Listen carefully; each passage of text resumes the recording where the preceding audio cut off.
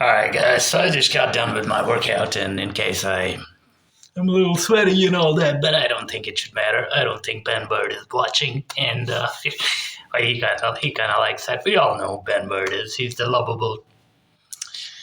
I don't want to say the word, but it starts with an F, and it only has 3 letters. It doesn't have, if YouTube's gonna throw a hissy about, undisallowed speech and all this other bullshit. Hey, if they do, I don't care. I'll just start 10 new channels, I don't give two shits. But yeah, it's funny. I was thinking about how I have well, we'll get to that. But I was thinking about, the YouTube channel ban, this and that, and all this. And I was actually thinking about getting some almonds because they help my brain. I got this comment on this other channel about people laugh like for 15 minutes straight by listening to me talk. And even my biggest haters, it's like, he's quite the character. He's extremely entertaining, this and that. And I haven't slept for 2 nights. I'm on caffeine, kind of like a fast, but like an unofficial fast or whatever. And, I'm amped.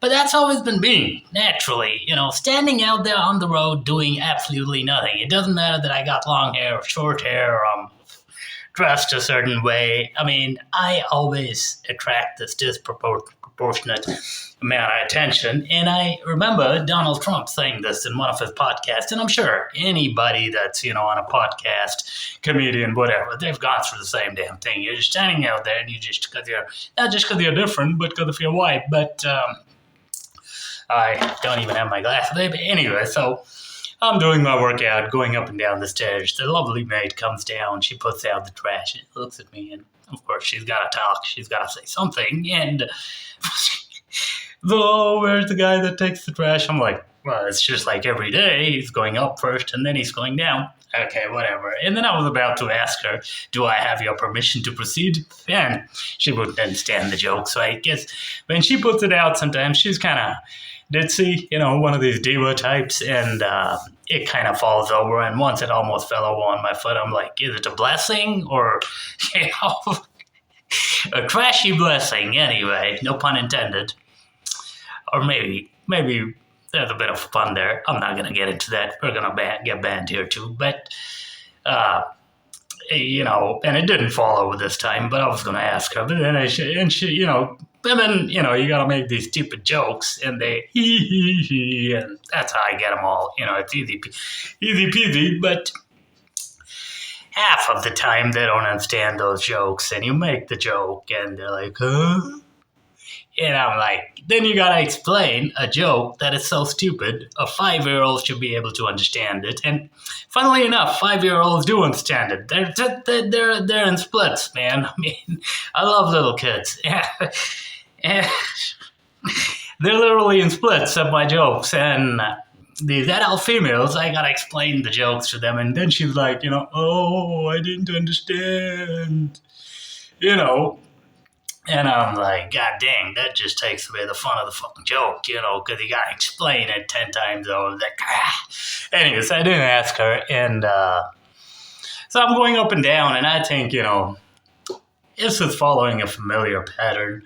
Twitter gets banned, Amazon gets banned, YouTube gets banned every time because I said something against the system, So I keep saying, this happens to guys that are not, people have this very erroneous notion, and somebody like an Andrew Tate keeps saying it, that it's only guys with like 100 million followers or whatever that if you got that many, then you're subject to a much higher level of attack. But over the past few years, artificial intelligence has really evolved to the point where any account that has the potential to even get to that level, note the word potential, they will simply put it under scrutiny. We've been shadow banned on YouTube for, I think, the last 3 years, ever since my first strike, because it was about a certain plague, and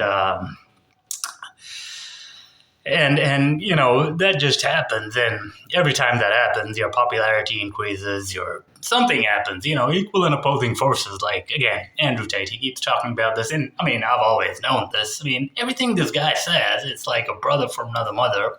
I've been saying it, but he used the term equal and opposing forces.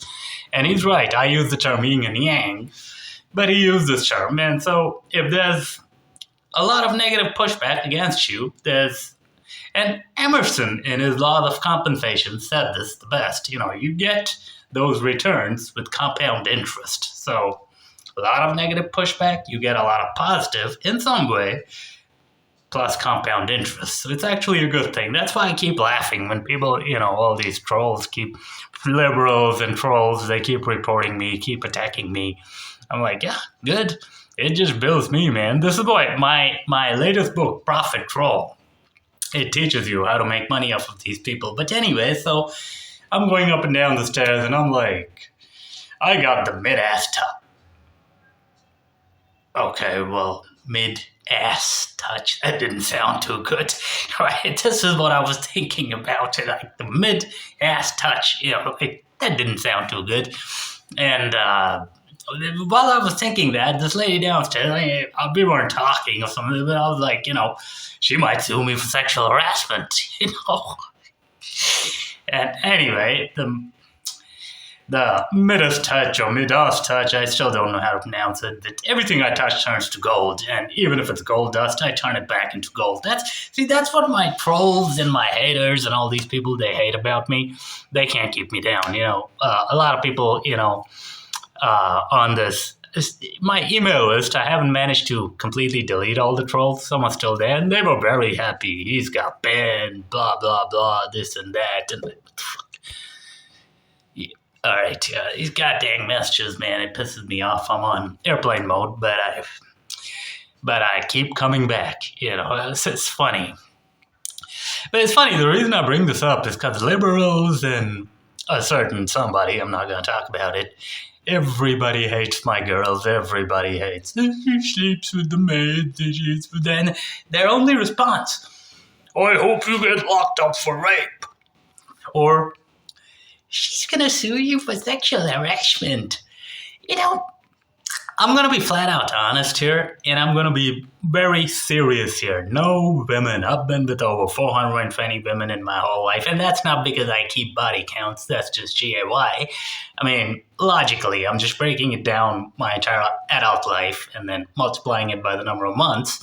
That's a rough approximation. Maybe a little less, maybe a lot more. I don't know. Probably a lot more. I don't even remember the number of BJs I've gotten, but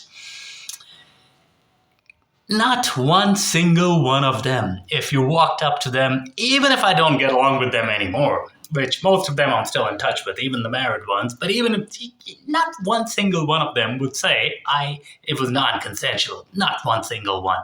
You could try and find it, you could try and frame it, but these are just jealous comments from fat liberals, feminists, and people that don't get what I do. And then people have all this thing about, it's funny. When I was broker than broke, people thought I was rich. I had money when I had literally no money. Zero. Less than zero.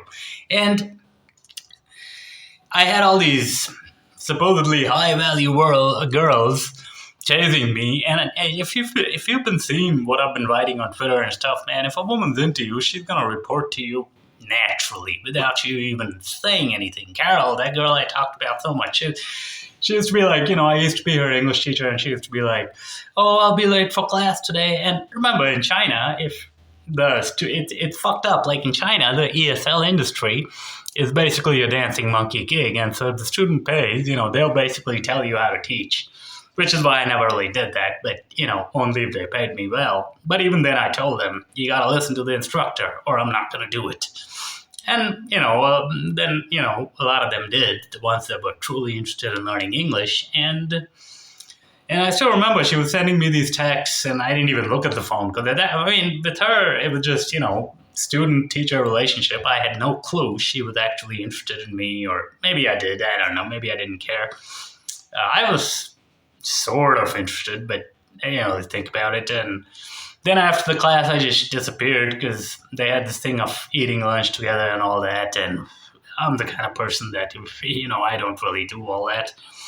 And then she texts me later. She's like, oh, where'd you run away? I wanted to eat lunch with you and this and that. And I'm like, yeah. And then she met me later and we hiked together and all this. Long story. But literally, if you've been seeing this Indian girl I think this was the last couple of years, and I applied for a credit card or something, and the bank manager, he gave me this girl's number, and she was the credit card girl, and from the minute I contacted this girl, it was evident that credit cards were the last thing on her mind. I mean, she barraged me with questions about send me your pictures, I want this, that. And the funniest part, she kept sending me pictures of her feet. And I'm like, I get it, you want to dominate, you want to, she had this thing of, later, I mean, she was trying to get into fandom or something.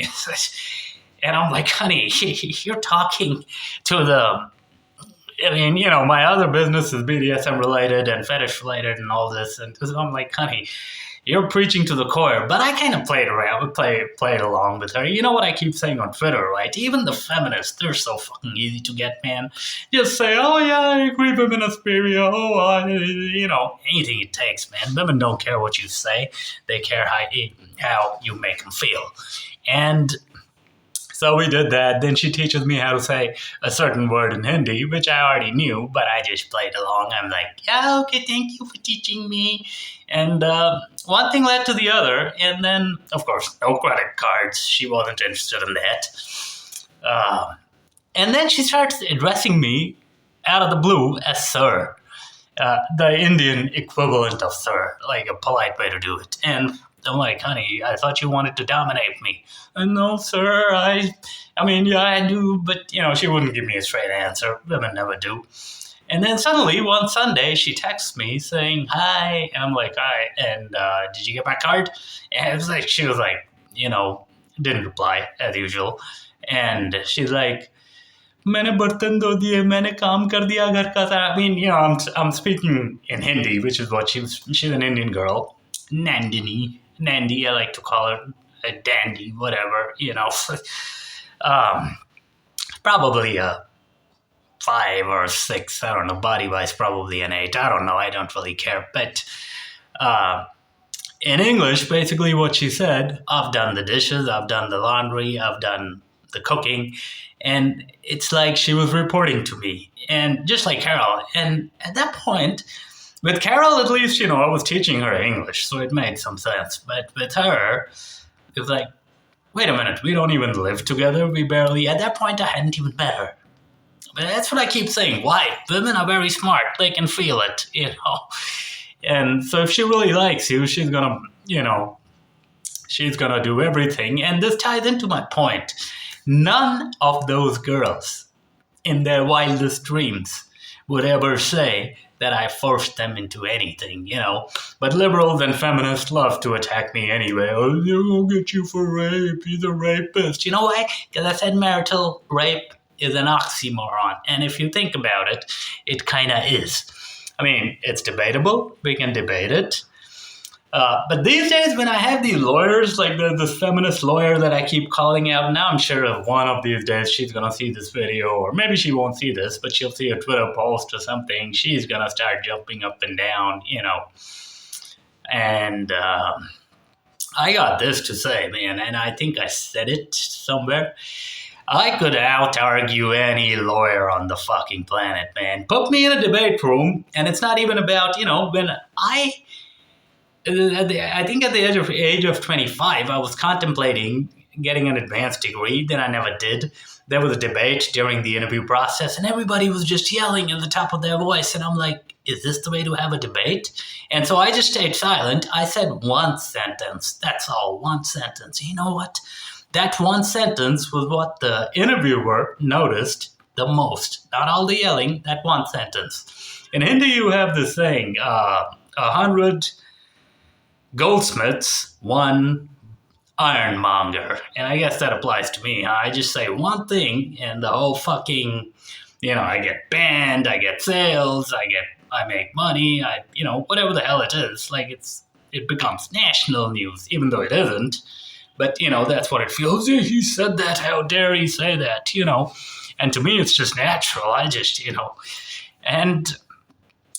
But these lawyers, I wouldn't even need. I mean, lawyers think they're so smart, man. They're just like doctors. All they're really doing is reading from a fucking book. Surgeons, yeah, to a certain extent, they're skilled and all that, but lawyers and these people, I could out debate all these fucking lawyers together, half drunk, half asleep. Easy peasy, lemon fucking squeezy. And you know what? If it's a guy, I wouldn't even, if it's a logical guy, I'd out debate him. But if it's one of these guys, my way or the highway, I'd say, hey, just get in the fucking cage, Get in the fucking cage. Bing, bang, boom. There goes your law books. Out of the window. I wouldn't even have to be that cage. It could be the kind of cage Ben Bird likes to be in, the dog cages. Man, that guy, he's still trolling me. My customers, they're like, what does he hope to accomplish? But I'm like, it's good, And if it's a girl, they don't understand any fucking logic anyway. Women don't understand any fucking logic. And I'll just make them laugh, I'll just get them. So, bring it. I don't care. If I've already had 2 cases. They're both going to court. The first time it was the lady lawyer that kind of screwed us over, but I knew she was, but the only reason she could screw us over is because there was a marriage situation there. And I've gone into that before. It's all on Google. It's all on the internet and all that. And the second time again, there was that. So I had that Achilles heel, so to speak. That reminds me, the mid-arse touch. Mid-arse. Well, no, that doesn't sound too good either, does it? Mid-arse. That's like a British arse. Schofield is going to have a hissy, but anyway, man, look.